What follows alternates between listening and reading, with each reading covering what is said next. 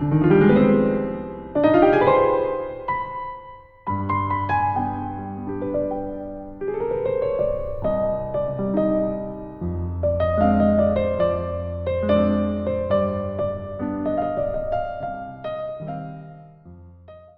Rose and the Nightingale, in a whisper that might have passed through the tavern of Hafiz. At dawn, when the wine of light spilled over the garden wall, the rose lifted her crimson cup and spoke. "Old singer, pilgrim of my branch, why do you return with every morning's breath? Is there some treasure hidden in my thorns that you have not yet claimed?" The nightingale bowed, not as servant, but as one who kneels before his own reflection. "O ruby of the unseen fire, once you were my mirror. In your dew I saw my face, clear, trembling, alive. But now when I look, I see only you." The rose shivered in her silk. "Then why remain if you have vanished?" He answered, "Because you are keeping what I gave away." And he sang, softly as though confessing to the wind. "Each dawn I poured a cup of myself into your silence. You did not ask, you did not know. But love is a reckless vintner, it spills its wine without permission. Now I am light as an empty flute. The wind passes through the hollow where my heart once kept its fire." The rose grew still. For the first time she looked at him, not as admirer, but as mystery. "What do you seek, wandering one?" "Myself." She laughed, a fragrance more than a sound. "You are perched before me." "Only fragments," he said. "The rest of me sleeps in your petals, rests between your silences, echoes where my songs once burned. I do not sing to you anymore, I sing into you. I search not for your heart, but for mine, which you have guarded without knowing."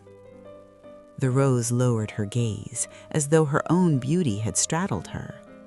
"Is it truly here?" "Everywhere."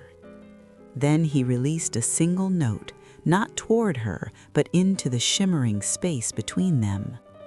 The garden stopped breathing, even the sun leaned closer. And in that sacred pause, the rose remembered. "Old friend," she murmured, "do you think the rose is unaware when the nightingale pours out his soul? I drank every note, I tasted every trembling offering. I kept them, not as a thief hoards gold, but as the earth keeps seed. You search for yourself in me, but tell me, did you imagine love is a grave, that what is given disappears?" The nightingale trembled. "I am not your mirror," she said. "I am your vessel. What you poured into me became my fragrance, my color, my unfolding. If I hold pieces of you, you carry pieces of me. Each time you sang, I opened. Each time you left, you bore my scent into distant skies. Tell me, singer, when you search for yourself in me, do you not also find me in you?" The nightingale closed his eyes. "I came to recover what I lost, yet you say nothing was lost." The rose bloomed wider, a silent yes. "Where do I end?" he whispered, "and where do you begin?" The rose answered the way roses answer, by radiance alone. "Perhaps there is no border, perhaps we are one wine poured into two cups." The garden exhaled. For the first time, the nightingale did not sing. He rested beside her and let silence be the hymn. After a long sweetness, the rose spoke again. "You were never lost, you were only scattered like light, and love gathered you." "And I?" he asked. "You are not less, you are more, for part of you blooms in me, and part of me flies in you. We are not two souls who touched, we are one soul remembering itself." The nightingale felt the old ache dissolve. "Then I am no longer searching." "No," said the rose, "you are arriving."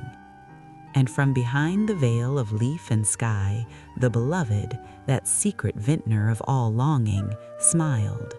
Not far away, not elsewhere, but within the very pulse of their union. And the beloved whispered through the wind, "O children of my hidden vineyard, you were never two. I wore your forms to taste my own embrace. Rest now, the seeking has ripened into seeing. The garden has found its heart, and its heart is me." The roses breathed, the nightingale was still, the silence overflowed. It was finished, it was beginning.